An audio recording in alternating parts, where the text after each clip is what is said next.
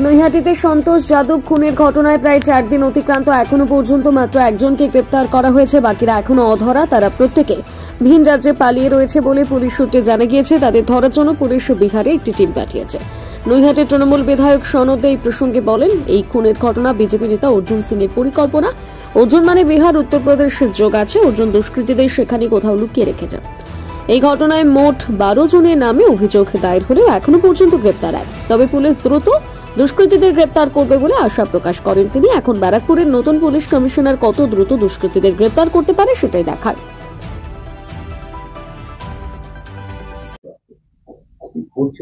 না, একজন গ্রেপ্তার হয়েছে। আমি কালকেই আপনাদেরই কোনো এক চ্যানেলে জানতে পারলাম আরো একজনকে জিজ্ঞাসাবাদের জন্য আটক করেছে। কালকে রাতেও আমার সাথে পুলিশ প্রশাসনের কথা হয়েছে।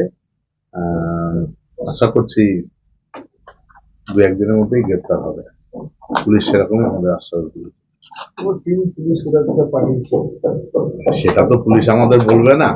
পুলিশ তারা তাদের কোথায় কোন টিম পাঠাবে এটা তাদের ব্যাপার, সেটা তো আমার জানা নেই।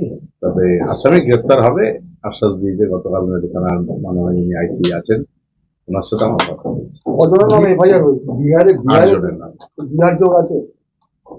অবশ্যই। এরা তো যতদূর শুনতে পাচ্ছি হয়তো বিহারের দিকে পালিয়ে গেছে, কারণ অর্জুন সিং মানে বিহার উত্তরপ্রদেশ যোগ তো আছেই।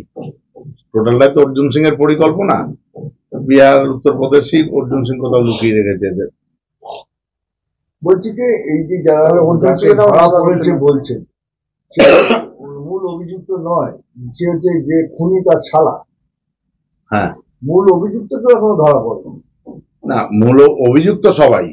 মূল অভিযুক্ত রাজেশ, যাদের এফআইআর এর নাম আছে, যাদের চেনা যায়নি এমনও 4 জন, আর যারা ছিল স্পটে এরকম 8 জন।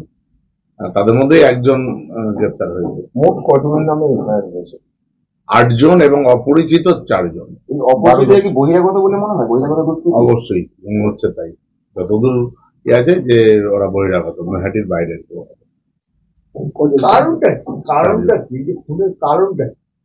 দেখুন, অর্জুন সিং এর জন্মের পর থেকেই খুন নিয়েও রাজনীতি করে এসছে। মানুষের রক্ত না দেখলে ওর দিনের শেষে ঘুমটা হয় না, ওকে রক্ত দেখতে হয়।